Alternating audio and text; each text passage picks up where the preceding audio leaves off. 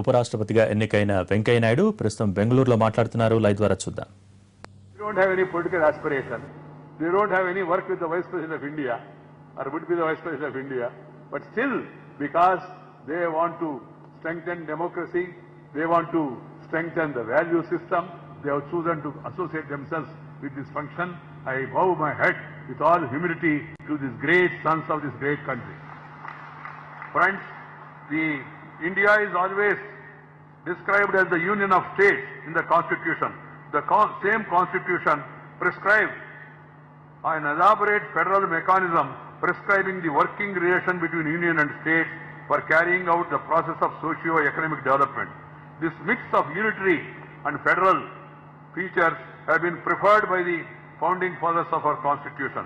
Despite some occasional aberrations in the working of this unique unitary federal mechanism has certainly nurtured over the years with frictions between the center and states steadily declining.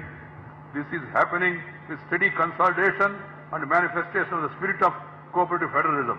With the rise of young and aspirational India and the elected political executive becoming more and more sensitive to the compelling need of empowering citizens to fulfill their aspirations, an element of competition among the states is now more and more visible, and it is evident this is the result in competitive and cooperative federalism. I am very happy about it. Rajya Sabha is the federal chamber of our parliament with a specific mandate protecting the interests of the states.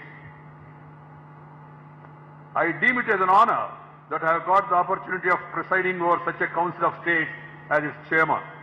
I feel happy that I am the second person after late B.D. Jettiji to have got such an opportunity with deep connections with the soil of Karnataka. Earlier, Jettiji also was Vice President of India from the same soil. As a firm believer in equal partnership of the states, the union in the progress of our country, I have started the process of visiting states for knowing their problems in the implementation of schemes, and I was the Rural Development Minister. I continued this over the last 3 years as the Union Minister for Urban Development also. What is India? It is not mere physical or geographical entity. It is a huge mass of humankind with a rich legacy of morals, values, diverse cultures, and vast human and natural resources bounded by a common heritage and united by shared destiny. It belongs to all of its citizens irrespective of their place of birth, caste, creed, religion and region. In effect, my view, India stands for I, integrated, N, national, D, development, I, impacting, A, all citizens equally. That is India, that is the spirit of India. Accordingly, the spirit of India should inspire us towards improving our own lives with that of lives of fellow citizens. This is because of individual advancement is not just possible independent of collective advancement in an increasingly globalizing economic order. The entire world economy is slowing down. Our neighbor China, powerful economy, is also going little negative. The only economy which is moving forward is India, that is Bharat, that is our motherland. We should feel proud of the same, and we must all work together, irrespective of political ideologies. Whether you belong to this party or that party, center and states and the local bodies must come together to see that the development is accelerated. That's why I always call upon the people to join mission of making developed India, MODI, making of developed India. That should be the mission for all of us. Development to the last man, development to the downtrodden, development to the weaker section, development to the deprived, development to the suppressed people, development to the people who are in the last line. This should be our priority. Antyodaya, uplifting the poorest of the poor, should be the priority of our political leadership, should be the priority of our legislature and parliament. We should focus more and more on uplifting the poorest of the poor. We should focus more and more on fighting the ending regional disparities. We should focus more and more on reducing the economic disparities.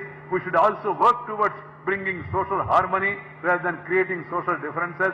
And we must also see to it that all religions, whatever their faith must be, they must all come together for the common cause of the nation of India. That sort of a national integration, that sort of a collective thinking should emerge in the society, our legislature, Parliament, Rajya Sabha, Lok Sabha, Vidhan Sabha, Vidhana Parishad, we should all work in that direction of bringing that integration, of focusing on poverty alleviation and also meet the challenges of corruption, challenge of black money, challenge of terrorism, challenge of illiteracy, challenge of poverty, challenge of regional disparities. All these challenges, we have the ability to meet them.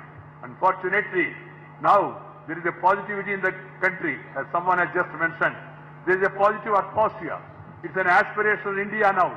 The youngsters of India, with all their talent, they want to grow themselves and they want to grow their state and they want to grow their country also. Without state developing, country cannot develop. Without Karnataka moving on the ladder, you cannot expect the country to move on the ladder.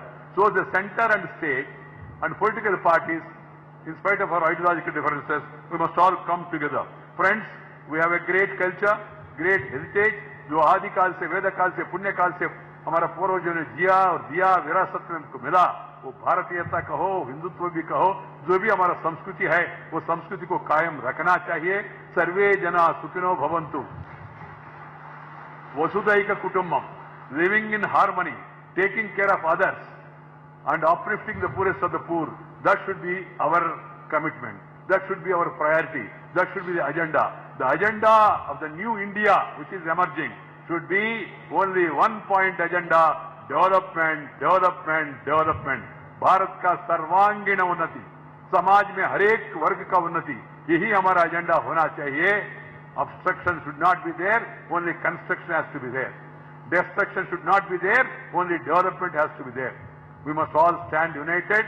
That's what I wish, and I am happy today that I have been able to come here. This is my first trip after getting elected as Vice President of India. I thought I should go to this great place, the great place which has produced veterans of Rijayangappaji, Virendra Patilji, Hanumantayaji, Mokshagundam Visveswarayaji, Basavasaraji, lot of great people who are born on this soil and they have shown the light to the country. So I thought I should come here, visit this place, take the blessings of seniors and also meet you, greet you and then move forward even before going to my native place tomorrow. That's why I'm here. I'm happy today. I have been able to come here to Bangalore, meet all of you. My protocol people told me, sir, you should not go nearer to the people. So without going nearer to the people, then what else you can do as a politician? That's why when this idea was suggested to me of becoming Vice President, I was a little disturbed, I must be frank with you, because I lived among the people, lived for the people, came up because of the people. At every stage, because of the involvement of the people, I have come up to this level. Being a son of a farmer, raising this to the level is all because of the people. But at the same time, there are certain responsibilities that are cast on me as the Vice President of India, as the Chairman of the Rajya Sabha. I will try to fulfill those responsibilities. I will try to live up to the expectations of the people, and I can assure you that I will work towards making Rajya Sabha more vibrant, more meaningful, more constructive, and more useful by having